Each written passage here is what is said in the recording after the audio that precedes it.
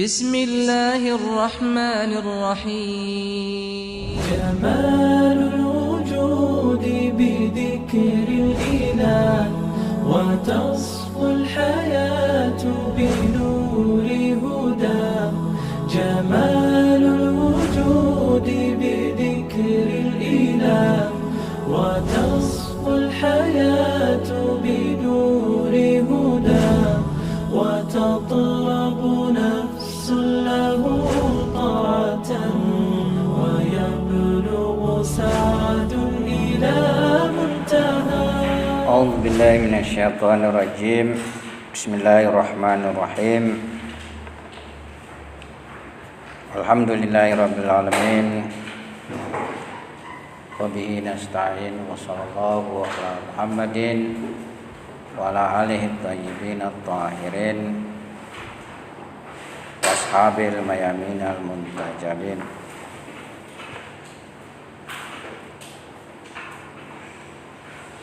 Sore hari ini kita akan membahas kelanjutan dari pembahasan sebelumnya, yaitu pentingnya tazkiyah dan jihad dengan nafs.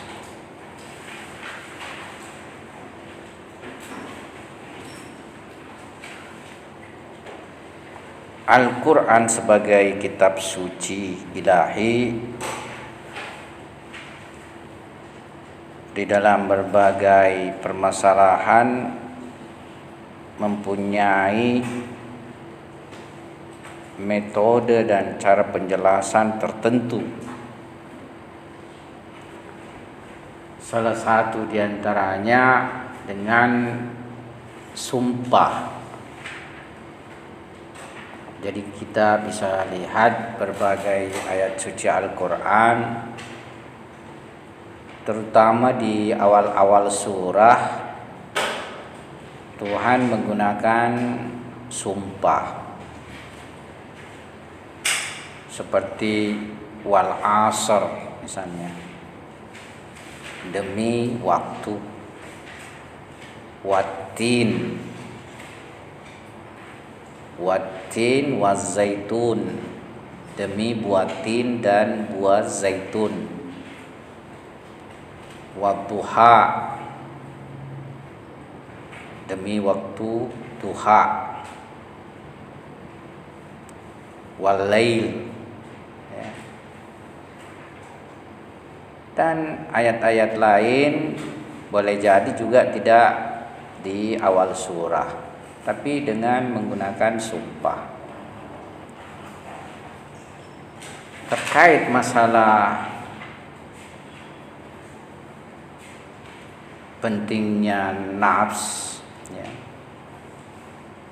Sebelum Tuhan bersumpah dengan nafs, terdapat sumpah terlebih dahulu terhadap ciptaan-ciptaan lainnya. Jadi di dalam surah Asy-Syams itu kurang lebih ada 11 sumpah di awal surah.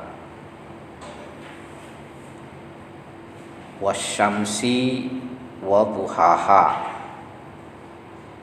wal qamari idza talaha. Wasyamsi wadduhaha itu sudah dua sumpah. Wal qamari idza talaha, ya, itu satu. Lantas wan nahari idza jallaha wal laili idza yakshaha. Wan nahari idza jallaha satu, wal laili idza yakshaha juga satu, was samai wa ma banaha ini dua, wal ardi wa ma tahaha juga dua, baru wa nafsin wa ma sawwaha ini juga dua. Demi nafs dan kesempurnaan nafs.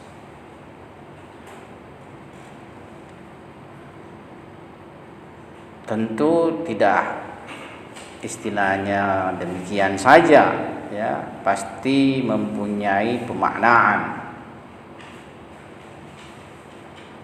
bahwasanya Tuhan terlebih dahulu memulai dengan ciptaan-ciptaannya, seperti wasyamsi, demi matahari, waduhaha, waktu duha, waktu matahari naik, wal kamari idza talaha, dan bulan ketika ia terbit datang. Demikian pula siang, malam, langit, bumi, ya. Setelah itu baru kepada jiwa. Wa nafsi wa ma sawaha. Sesudah itu Tuhan menjelaskan terhadap nafsi itu, fahal hamaha fujuraha. Tuhan mengilhamkan pada nafsi itu potensi dan kekuatan terhadap keburukan. Demikian pula Tuhan mengilhamkan pada nafsi itu potensi dan kekuatan terhadap ketakwaan. Nah, baru menjelaskan bahwasanya beruntung orang yang menyucikan nafs. Kada aflaha man zakkaha. Sungguh beruntung orang yang menyucikan nafsnya. Wa qad khaba man dassaha, dan merugi orang yang mengotori nafsnya.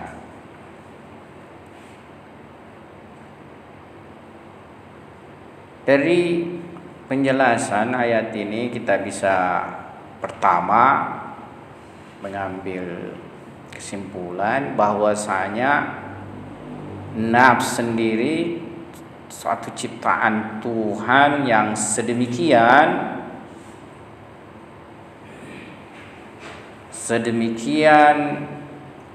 istimewanya, sehingga didahului dengan sumpah terhadap ciptaan-ciptaan lainnya. Jadi sebenarnya jika kita tinjau dalam perspektif tertentu, alam ini dicipta, tapi tujuan finalnya itu adalah penciptaan manusia. Alam sedemikian dahsyatnya ini, sedemikian besarnya, itu dicipta, tapi tujuan akhirnya adalah penciptaan manusia. Misalnya kita mendapati sebuah hadits qudsi, Tuhan berfirman, laulaka lama khalaqtul aflak.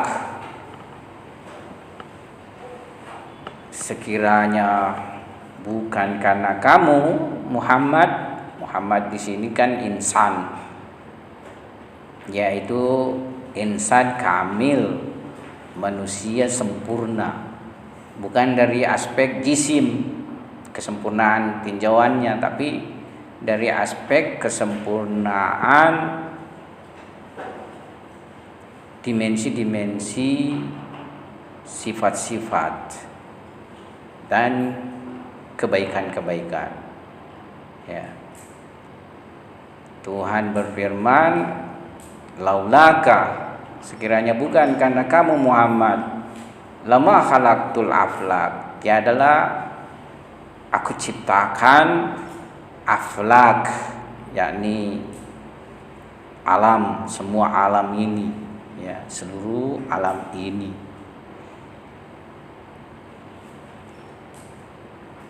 Kenapa? Manusia memang pada dasarnya jika sampai pada kesempurnaannya itu menjadi khalifah Tuhan.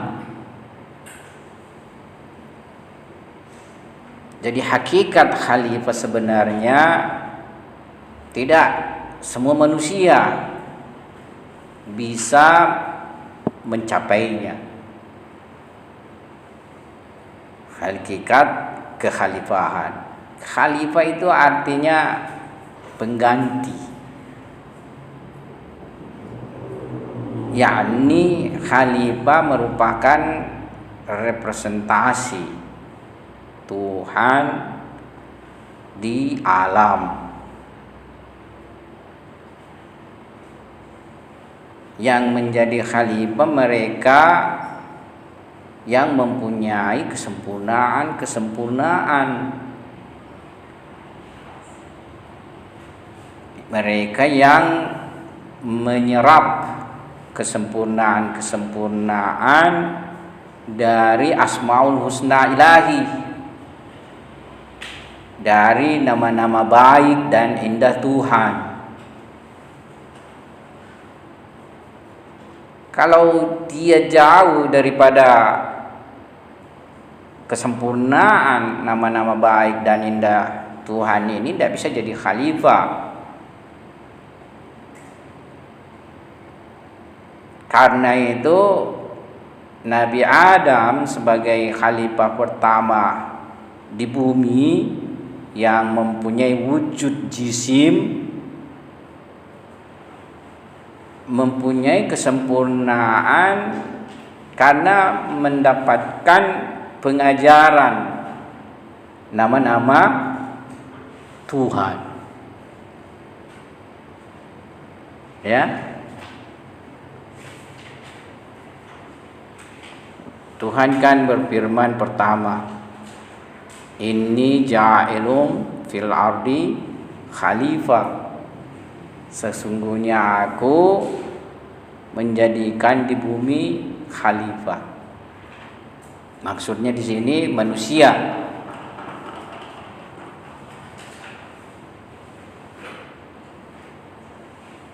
Ya. Karena para malaikat tidak mengetahui secara utuh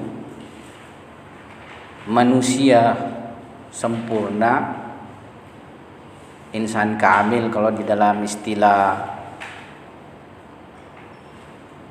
filsafat dan irfan, dan juga sudah terpakai kadang di ilmu teologi, ilmu ketuhanan. Yang pertama itu insan kamil itu terpakai di ilmu irfan atau tasawuf. Ya. Jadi malaikat tidak mengetahui apa yang terdapat pada insan kamil secara keseluruhan dan utuh. Dia hanya mengetahui sebatas aspek-aspek jismiyahnya, artinya dia menguasai aspek-aspek jismiyah manusia, kecenderungan dan perbuatan kebanyakan daripada manusia. Maka ia pun keberatan kenapa manusia mau dijadikan khalifah di bumi.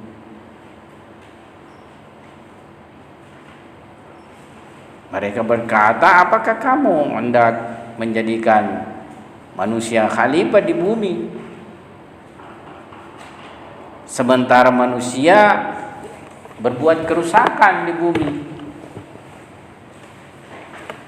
dan menumpahkan darah sesamanya? Itu perkataan malaikat. Qalu ataj'alu fiha ma yufsidu fiha wa yasfiku dima. Apakah kamu akan jadikan manusia khalifah di bumi yang berbuat kerusakan di dalamnya dan menumpahkan darah di dalamnya, sementara kami ini makhluk tidak pernah melakukan kesalahan. Kami adalah maujud yang sibuk beribadah kepadamu. Itu malaikat. Wa nahnu nusabbihu bihamdika wa nuqaddisu lak. dan kami senantiasa bertasbih, memujimu dan mensucikanmu. Tapi Tuhan kemudian menolak, menolak para malaikat dengan mengatakan, inni a'lamu ma la ta'lamun. Sesungguhnya aku mengetahui apa yang kamu tidak ketahui terhadap manusia. Makanya Tuhan ketika menciptakan nafs, ya kita lihat wasyamsi wadduhaha wal qamari idza talaha wan nahari idza jallaha wal laili idza yaghshaha was samai wa ma banaha wal ardi wa ma tahaha, baru masuk wa nafsi wa ma sawaha fa'alhamaha fujuraha wa taqwaha qad aflaha man zakkaha wa qad khaba man dassaha. Nafs pada manusia suatu potensi, jika ia disucikan, ia akan menjadi sesuci-sucinya. Ia akan meraih semua sifat-sifat indah dan baik ilahi. Ya. Kita tidak bisa menisbahkan sifat sabar kepada malaikat karena tidak punya tantangan. Dia tidak diberikan apa istilahnya, dia tidak ditimpa bencana. Ada 3 yang istilahnya manusia mesti sabar, ya. Pertama, sabar ketika ditimpa musibah. Terjadi bencana yang menimpa bagi manusia, harus sabar. Yang kedua, manusia mesti sabar patuh pada Tuhan. Sabar dalam taat pada Tuhan. Sabar di dalam menjalankan perintah-perintah Tuhan. Tuhan bilang, bangun salat subuh ketika terbit fajar shadiq. Kira-kira sekarang ini jam 5-an misalnya, bangun salat subuh. Apakah kita tidur jam 3, masih baru 2 jam tidurnya, atau kita tidur jam 9, sudah 6 jaman tidurnya, sudah cukup 7 jam misalnya. Yang jelas harus bangun untuk menjalankan salat subuh. Harus sabar. Bulan puasa diperintahkan puasa, harus sabar menjalankannya. Jadi sabar. Yang ketiga, sabar untuk tidak melakukan apa yang dilarangnya. Butuh sabar juga itu. Kadang bahkan lebih kita butuh sabar ketimbang menjalankan perintahnya.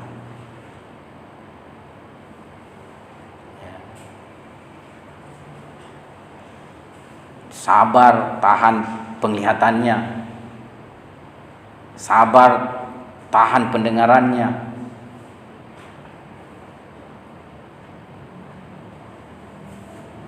yang paling susah itu sabar tahan khayalnya.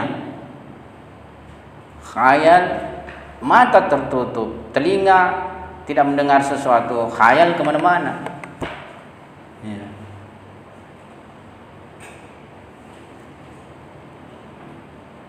Malaikat tidak, ya istilahnya diberikan keutamaan sabar.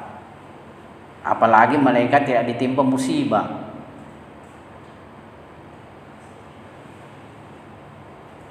Demikian pula pada binatang. Pada binatang tidak ada arti syukur misalnya. Tidak ada arti tawakal, tidak ada arti sabar dan berbagai sifat-sifat keutamaan seperti itu.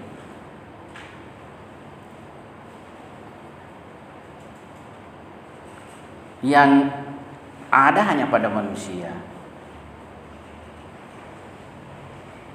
Manusia bisa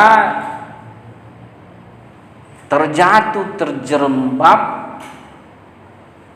sampai lebih rendah bahkan daripada batu. Dalam ayat suci Al-Quran dikatakan kalbu manusia kalau sudah membatu lebih keras daripada batu. Karena batu kalau dia ditetesi air, ya, perlahan-lahan itu akan tertembus air. Tapi kalbu yang sudah sedemikian membatunya, ya, firman Tuhan, perkataan anbiya, nasihat aulia tidak akan mampan, tidak sama sekali akan mengubah.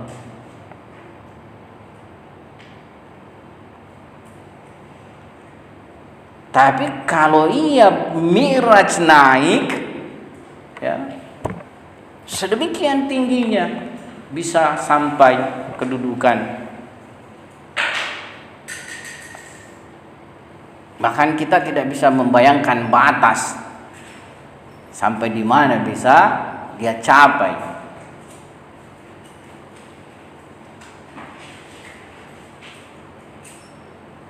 Nabi SAW dalam penjelasan Al-Quran sedemikian dekatnya kepada Tuhan. Tentu dekat di sini bukan dalam artian jarak, ya. Tapi kadang untuk sedikit memberikan tinjauan, ya, kadang ya, apa istilahnya itu dibawa kepada hal yang mahsus, ya. Mahsus itu maksudnya yang bisa dirasakan, bisa terindrai.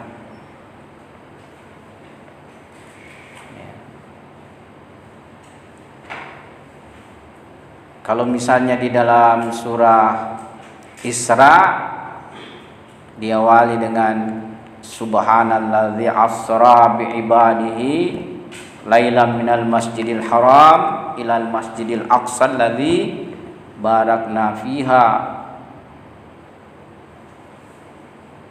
Tujuannya untuk linuriyahu min ayatina, ya. Jadi Nabi diperjalankan dari Mekah ke Masjidil Aqsa yang ada di Palestina.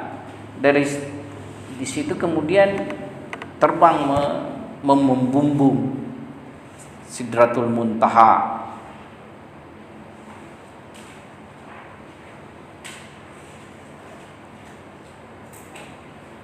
Di ayat lain dijelaskan sedemikian dekatnya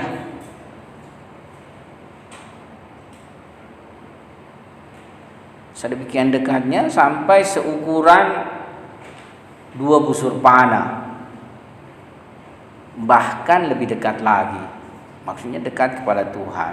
Jadi sedemikian dekatnya. Dan apa yang dicapai kesempurnaan ini tentunya derajatnya jauh lebih tinggi daripada derajat malaikat atau yang dicapai malaikat. Malaikat Jibril pada suatu perjalanan bersama Nabi, ya, dia berhenti. Dalam sebuah riwayat dia berhenti, dia mengatakan, tidak bisa lagi, ya, tidak bisa lagi menemani Nabi ke makam itu. Makamnya sudah full.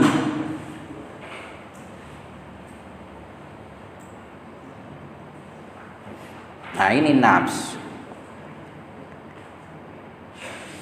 Sedemikian pentingnya nafs dan sedemikian pentingnya disucikan nafs, karena penyucian nafs ini merupakan jalan untuk mencapai kebahagiaan hakiki, kebahagiaan yang sudah tidak bisa dipikirkan oleh akal pikiran. Kita ini hanya kadang memaknai kebahagiaan perspektif materi, harta, jabatan, kepopuleran. Kadang kan seperti itu kita punya tinjauan, sebagaimana awal-awal kita sudah bahas beberapa kelompok, ya, dan ya kita kadang termasuk dalam kelompok tersebut. Ada kisah seperti ini apakah di karang-karang atau benar, tapi pernah saya dapati.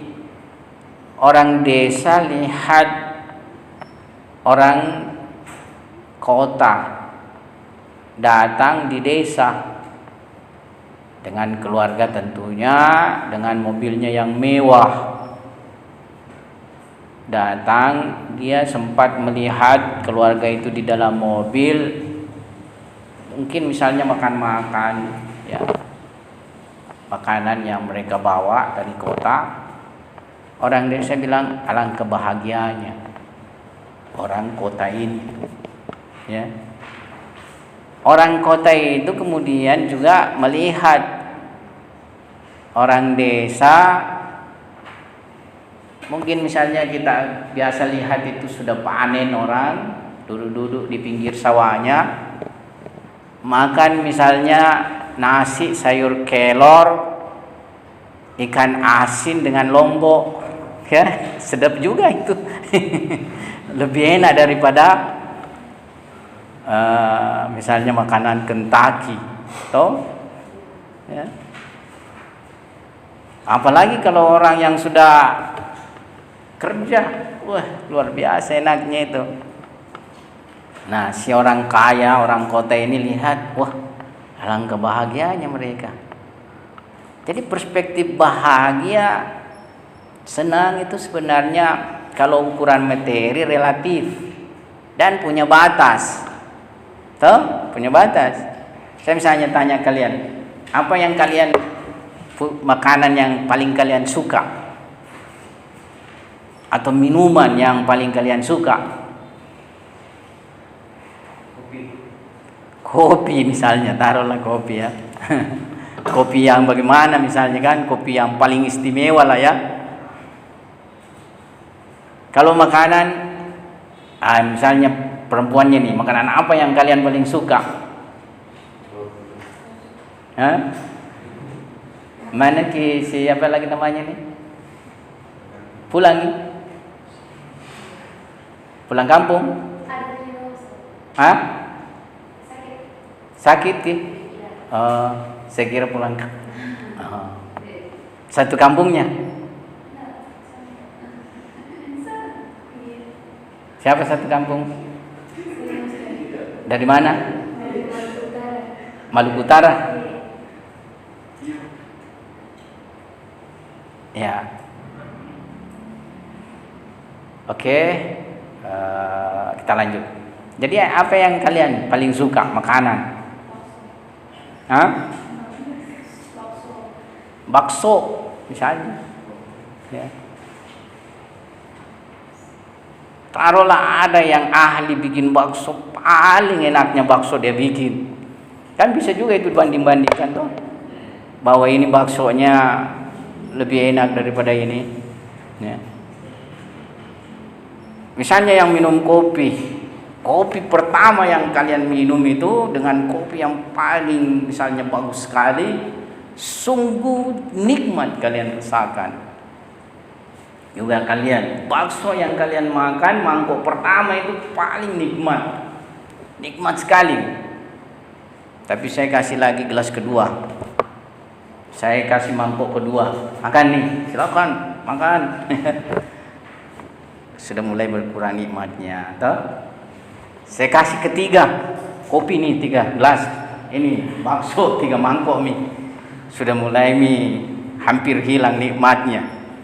Saya kasih sampai misalnya 5 kopi gelas, bila tidak mau menyerah, sudah tinggi, ya. Kalau bakso sudah sama sekali tidak ada rasanya. Kadang orang ada istilah itu sudah nek, ya. Itu kenikmatan materi sangat punya batas sekali. Tapi kalau nikmat maknawi kadang tidak punya batas, dirasakan orang nikmatnya, orang yang merasakannya. Makanya ada orang kalau dia sudah sangat merasakan itu nikmatnya ibadah, ya biar semalam suntuk dia ibadah tidak dia rasa capek.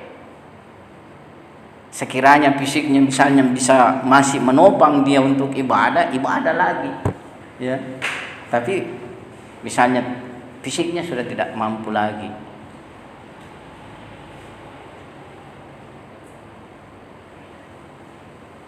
Ada miripnya mungkin sebenarnya, ini mirip tapi jauh lah, yang disebut fly. Orang misalnya minum menggunakan sabu-sabu itu, merasakan fly. Tidak ada itu rasa berhenti. Kalau ini, tapi kan itu bahaya dan itu palsu. Palsu itu tidak asli. Makanya dia merusak fisiknya, merusak fisik dan merusak mental juga, merusak jiwa. Makanya orang yang suka play itu tidak cerdas-cerdas, tidak pintar-pintar, malah banyak ngigau. Tapi kalau seorang yang merasakan pengalaman maknawiyah justru cerdas, keluar ucapan-ucapannya yang mengandung hikmah, mengandung pengajaran, ya, karena dia hakiki.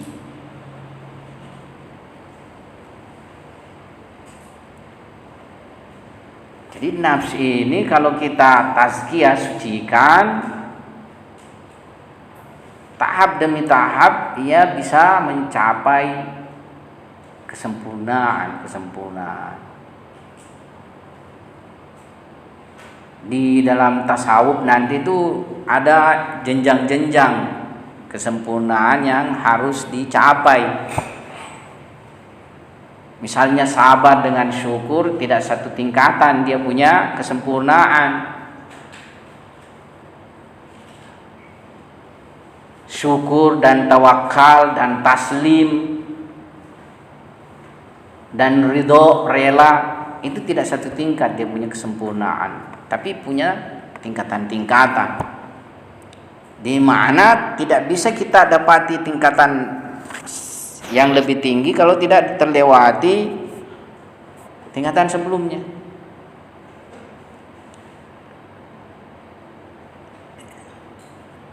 Jadi sedemikian nafs mempunyai kesempurnaan, dia bisa meraih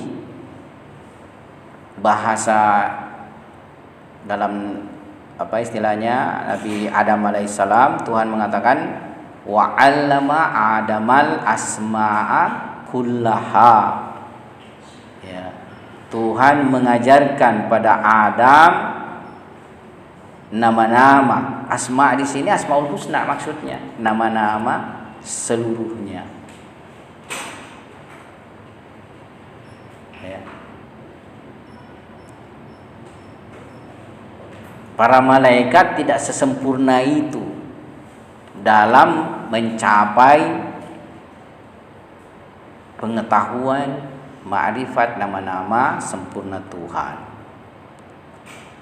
Malaikat itu sebagian seperti indera kita. Ya. Ini tinggi saya bahaskan. Tinggi atau tidak Ji? Kalian serap Ji? Serap Ji? Ya. Misalnya mata. Mata kan punya kesempurnaan, yakni bisa mendapatkan pengetahuan dengan lewat melihat. Kita bisa gunakan melihat mata kita ini ya, untuk mengetahui dan membedakan satu dengan yang lain. Mata bisa membawa kenikmatan. Kalau kita melihat laut misalnya, barusan saya baca sebuah hadis, di situ dijelaskan apa istilahnya, melihat wajah kedua orang tua.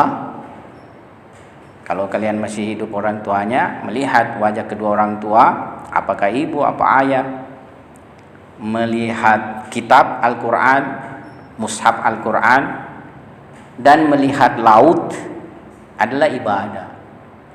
Jadi ibadah mudah kan? Ya. Melihat ya wajah kedua orang tua, melihat mushaf Al-Quran. Al-Quran ini yang kita biasa baca, kita buka, melihat mushaf Al-Quran, dan melihat laut, memandangi laut, itu adalah ibadah. Tadi saya menyinggung masalah melihat. Jadi melihat laut, siapa yang misalnya di antara kita ini ketika melihat laut tidak merasa menikmati laut? Ya. Apalagi kalau kita lihat misalnya pada waktu-waktu tertentu, pagi di sebelah timur terbit misalnya matahari kan, kalau sore di sebelah barat misalnya di laut kita lihat tenggelam matahari, atau di pegunungan dan di mana saja, itu semua keindahan, nikmat kan ya. Cuma kita ini matanya sudah berubah nikmatnya yang dia lihat. Kacamatanya itu sudah berubah. Nah, jadi mata ini dia sempurna. Di mana letak sempurnanya? Melihat. Jadi dia manifestasi melihat. Tapi mata tidak bisa mendapatkan pengetahuan lewat suara. Kan gitu. Ya, tidak bisa melihat suara toh. Suara tidak bisa dilihat. Ya. Tapi kita juga punya pendengaran. Pendengaran ini ya kesempurnaan pendengaran, kita bisa mendengarkan seluruh suara. Ada batas tentunya suara. Siapa yang tidak senang mendengar misalnya gemercik air, cik cik cik cik cik, ya. Siapa yang tidak senang mendengar kicau burung, kiu kiu kiu, ya. Atau misalnya angin bertiup mengenai misalnya dedaunan, apalagi kalau bambu, kan itu indah semua. Tapi kita punya telinga ini sudah berubah juga, istilahnya kacamata telinga kita ini ya. Yang syahwat yang suka dia dengar misalnya, yang membangkitkan syahwat, seperti lagu-lagu jazz, lagu-lagu dangdut, kan itu syahwat itu membangkitkan, menggoyang orang ya. Saya juga seperti kalian dulu Ji, bukan langsung lahir sampai sekarang misalnya ini sadar, enggak, seperti kalian dulu. Kalau kalian tanya misalnya apa kesukaanku dulu musik, ya saya suka slow rock, kan begitu ya. Dulu penyanyi-penyanyi slow rock saya tahu juga Tapi astagfirullah itu harus kita hilangkan. Membuat hidup ini lahwun walaibun. Kan lahwun walaibun, yakni sia-sia hidup ini, senda gurau dan permainan saja. Ya, apa manfaatnya setelah itu? Tidak ada sih.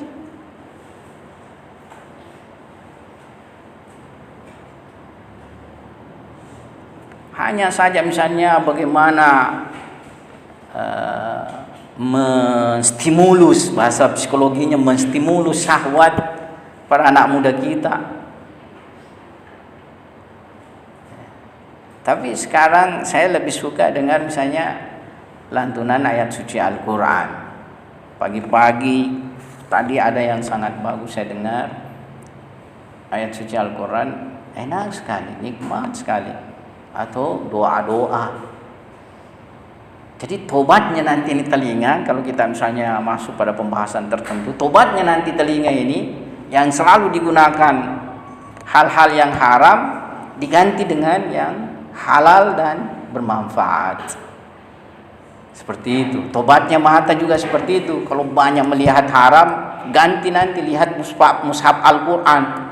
Lihat selalu mushaf Al-Quran, mengaji artinya baca Al-Quran. Ya. Tapi kalian kan masih muda-muda, jadi sebelum tergelincir lebih jauh, alhamdulillah datang di Al-Hikmah dengar ceramah saya atau pelajaran saya misalnya. Semoga ini pelajaran bisa ya menyadarkan kalian. Ya. Kalau saya dulu tidak ada misalnya bisa pergi seperti di Al-Hikmah atau di mana, ya tumbuh sendiri. Sadarnya saya itu ketika mengikuti ada namanya basic training HMI. Tapi dia dulu Islam keras. Wah, keras sekali tuh sisi Islam yang diperkenalkan sama kita dulu itu. Ya yang model-model salafi itu dulu. Ya.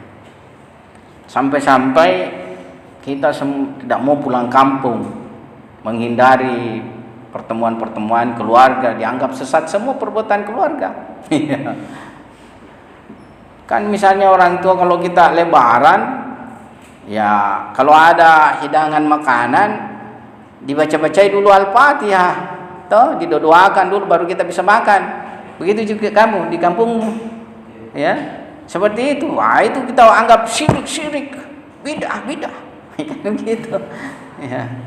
Baru diajak keluarga, ayo nak kita pergi ziarahi kuburan kakekmu. Wah sudah kita bilang syirik itu, ya bidah itu keluar dari mulut kita. Seperti itu. Nah, kita kembali lagi tentunya. Nah, jadi semua tadi itu kenapa Tuhan juga isyaratkan di ayat-ayat sebelum menyebutkan nafs, sepertinya juga Tuhan ingin mengatakan bahwa semua apa yang diciptakannya ini, alam ini, ya, itu disediakan bagimu supaya kamu bisa mengambil manfaat darinya. Kadang bahasa Tuhan mengatakan Tuhan tundukkan matahari, Tuhan tundukkan bumi, Tuhan tundukkan laut untuk manusia.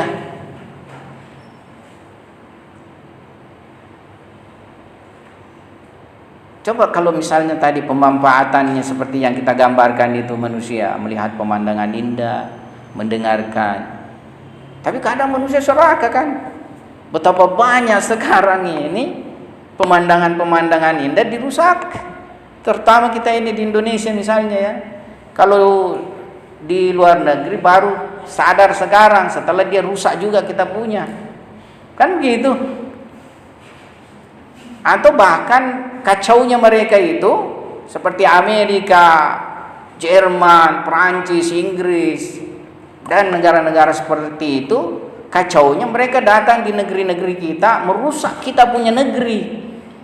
Lingkungannya, baru dia bangun lingkungannya dia perindah kotanya, dia perindah ya negerinya. Di sana misalnya taman-taman sangat dipelihara, bunga ditanam, pepohonan ditanam. Setelah mereka datang di sini membuldoser hutan-hutan kita, apa istilahnya, kita punya ini tambang-tambang misalnya dan lain sebagainya.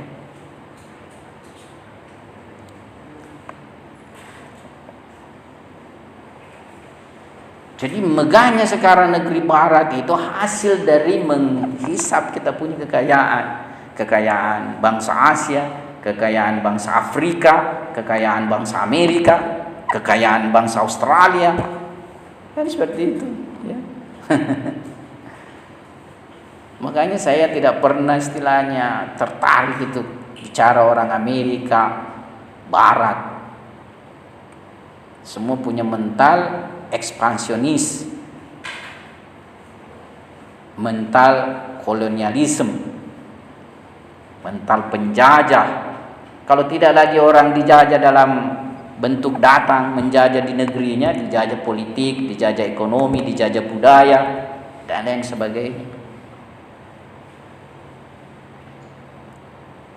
Kalau tidak ada agama Hasrat Isa di Eropa, tidak tahu bagaimana barbarnya itu orang Eropa.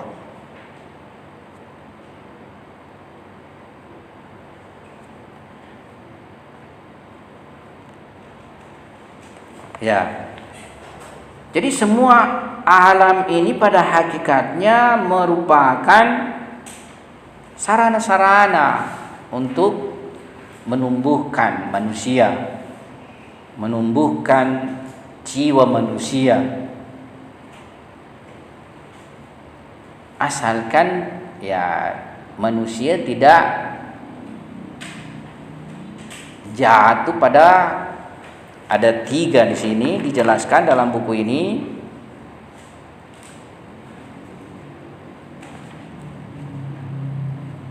Pertama, jatuh pada quwwah syahwiyah yang sudah kita singgung, quwwah ghadabiyah dan quwwah wahmiyah.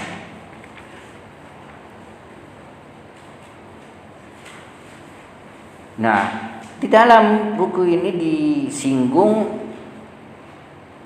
mukadimah yang perlu bagi kita dalam berhadapan dengan nafs.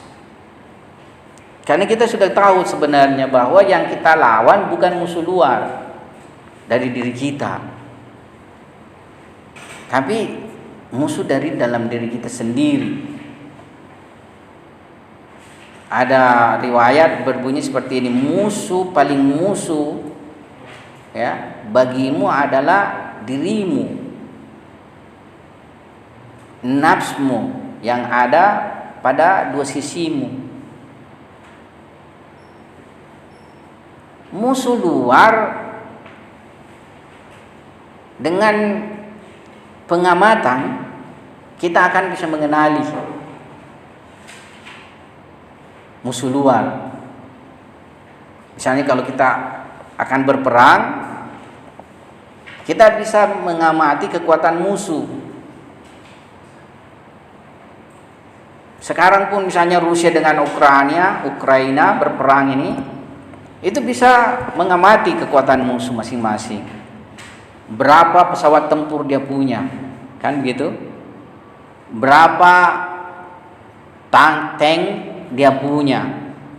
Berapa apa istilahnya itu? Rudal, ya peluncur rudal dia punya.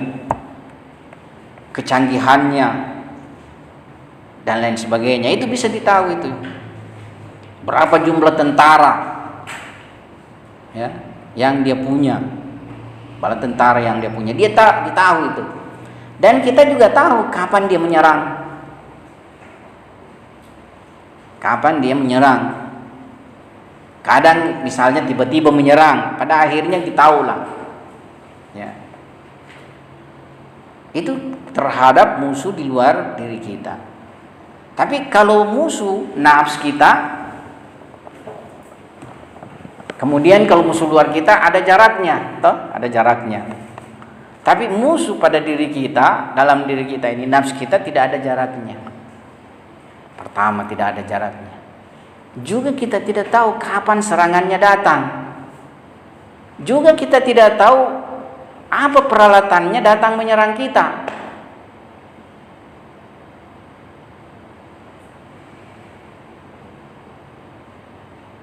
Karena itu sangat susah dihadapi, sangat sulit dihadapi.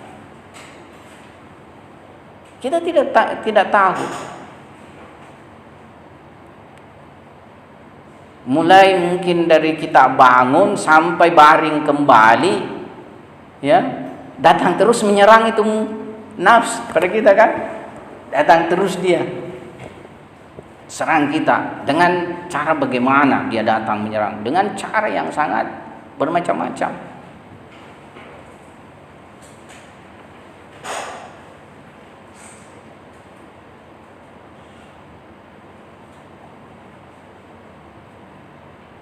Bisa dengan lewat penglihatan, pendengaran, penciuman, peraba, dan paling sulit itu khayal. Datang menyerang terus hampir 24 jam.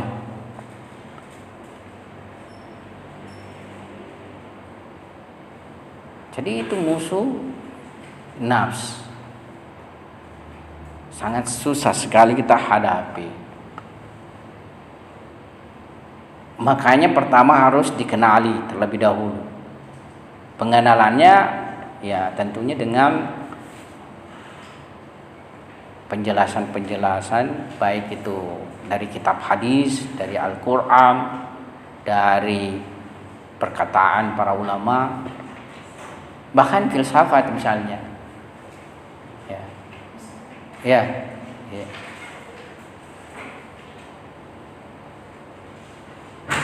Misalnya filsafat itu menjelaskan tentang quwwah syahwiyah dengan quwwah ghadabiyah.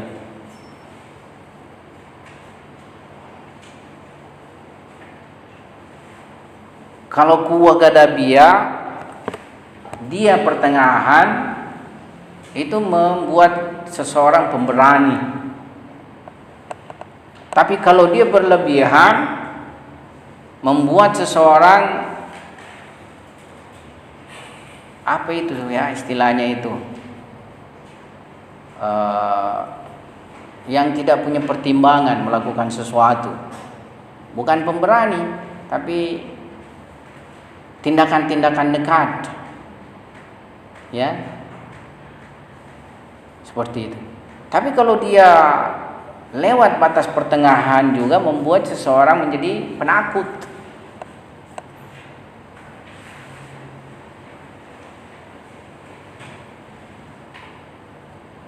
Ya, seperti itu. Jadi ini misalnya pendekatan akliyah. Tapi kalau pendekatan riwayat, ya kita memakai penjelasan maksumin, misalnya Rasulullah SAW. Ya. Seseorang itu ketika dia marah, ya,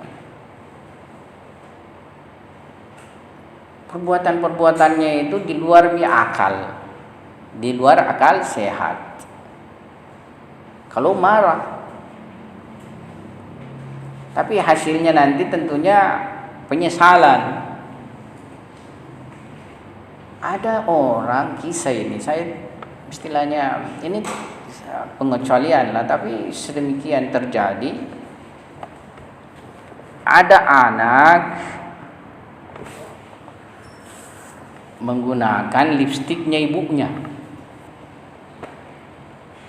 Lipstik mahal mungkin, ya.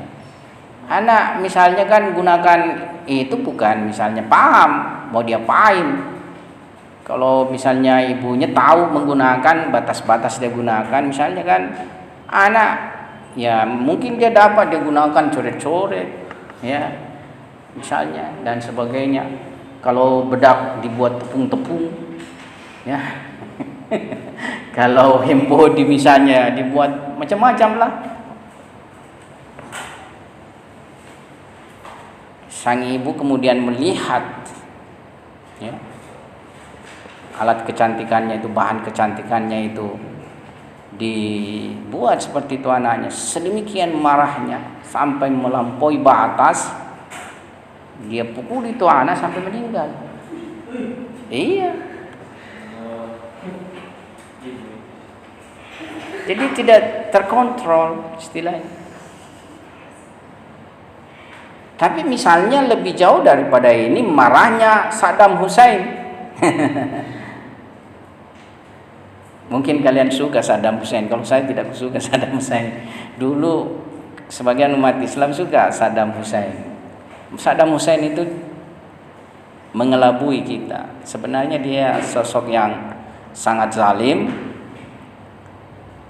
Waktu perang Iran-Irak itu mestinya kita berpihak pada Iran semua. Iran itu yang diserang. Ya. Kenapa diserang? Supaya mengantisipasi revolusinya. Kan Iran tahun 1979 itu melakukan revolusi Islam, namanya Revolusi Islam Iran. Mengganti sistem monarki yang diktator ketika itu, karena sudah kelewatan juga, perempuan-perempuan sudah ini untuk tidak pakai jilbab. Masyarakat Iran ketika itu masyarakat beragama, agamis, sebagiannya ya, pakai jilbab itu perempuannya. Tapi dia ingin menghilangkan itu seperti Eropa. Jadi pada masa itu sudah seperti Eropa lah istilahnya, sistem ya, kekuasaan. Ya, ingin seperti itu. Kemudian Imam Khomeini melakukan revolusi dan menang. Nah, itu Barat takut terhadap revolusi Islam Iran. Kebangkitan Islam seluruh dunia dipengaruhi oleh revolusi Islam Iran. Makanya Saddam yang jadi istilahnya ini alat untuk membendung itu. Makanya saya tidak tahu jumlah berapa negara yang membantu itu Saddam Hussein persenjataan untuk menghancurkan Iran, termasuk senjata-senjata biologis, kimia digunakan itu untuk menghancurkan Iran. Jadi kita itu mengira, wow, Saddam bagus karena Islam juga. Pintar itu Saddam. Lahirnya nampak sebagai Islam baik-baik saja, tapi sebenarnya sangat jahat. Dia itu dalam negeri sangat diktator. Ya. Musuh-musuh politik siapa saja ya dihabisi. Jadi kalau misalnya Saddam marah, ya daripada marahnya nih ibu anaknya misalnya jadi korban satu orang. Tapi kalau Saddam marah, kalau ada suatu pasukan misalnya bersalah dan dia marah, semua itu bisa saja dibilang bunuh semua. Ya, orang seperti itu kalau sudah marahnya menjadi sifatnya, malakahnya.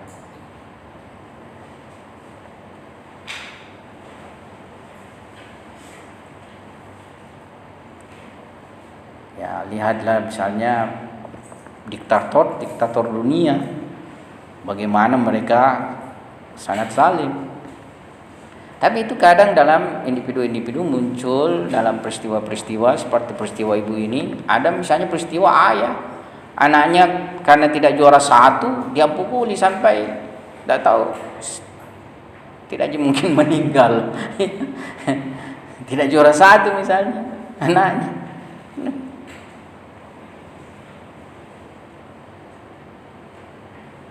Nah, jadi 3 potensi pada diri ini kita harus kenal. Syahwiyah, syahwat, ibarat binatang ternak. Semua potensi-potensi yang terdapat pada binatang ternak ada juga pada manusia dalam bentuk syahwiyah ini. Makan, minum, permasalahan biologis, ya, yang berhubungan dengan kelezatan, kenikmatan. Dan ini yang banyak digunakan misalnya untuk menjerumuskan kita sekarang ini, hal-hal yang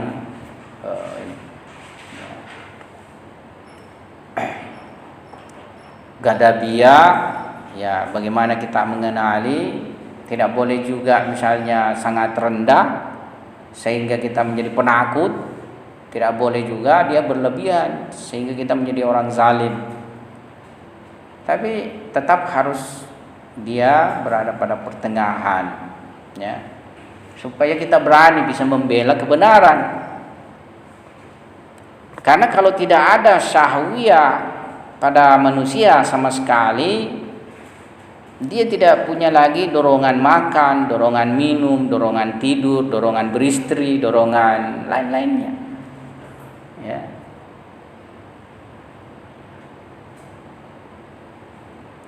Seperti yang dilakukan para pertapa itu, pertapa yang biasa masuk di gua bertahun-tahun di situ tidak makan, tidak minum atau ala kadarnya makan minum untuk menghancurkan syahwiyahnya. Tapi kita tidak dibolehkan dalam bentuk seperti itu. Kenapa? Misalnya ya, kalau kita tidak makan, coba tidak makan misalnya 1 minggu, kalau bisa tahan. Saya bilang, bisa enggak kalian beribadah, salat? Paling baring gitu di pembaringan. Padahal kita harus salat. Kita harus berdiri. Salat berdiri lebih baik daripada salat duduk. Kan begitu. Salat duduk lebih baik daripada salat baring. Kalau tidak ada tenaga untuk berdiri kan tidak mau disalat, tidak salat. Jadi harus tetap ada energi. Energi pada jisim, ya pada tingkat kita ini sebagai manusia jisim diperoleh lewat makanan, diperoleh lewat minum. Sementara kalau tidak ada syahwiyah sama sekali, tidak ada mau makan. Sama kalau kita sakit itu tuh dibuatkan enak-enak, tidak mau dimakan, mau disuap, tidak mau makan, disuapi. Akhirnya apa jalan keluarnya dokter? Ini juga bagus dokter. Apa jalan keluarnya dokter? Hah? Kalau sudah tidak bisa makan, orang tidak bisa minum, apa jalan keluarnya? Hah? Apa? Masa kalian? Itu diimpus. Tusuk impus, dikasih bahan-bahan ya supaya masuk semacam makanan pada tubuh. Makanya kalau kita puasa, ya, kalau kita puasa, diimpus itu membatalkan puasa. Jadi kalau puasa jangan pergi diimpus, batal puasanya.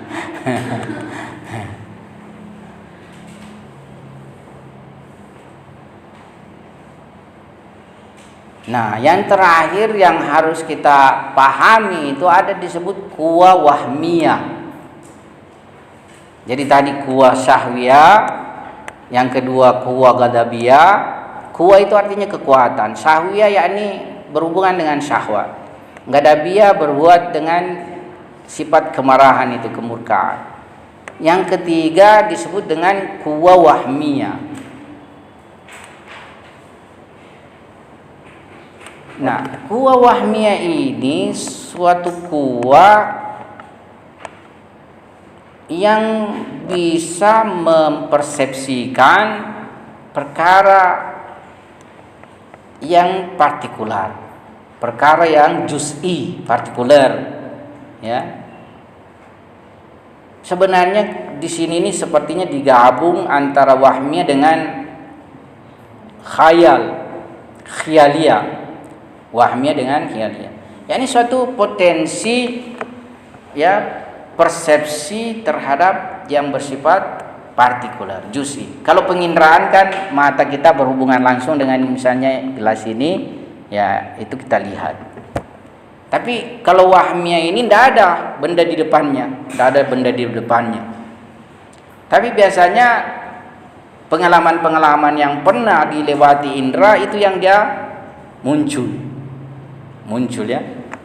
Misalnya taruhlah seorang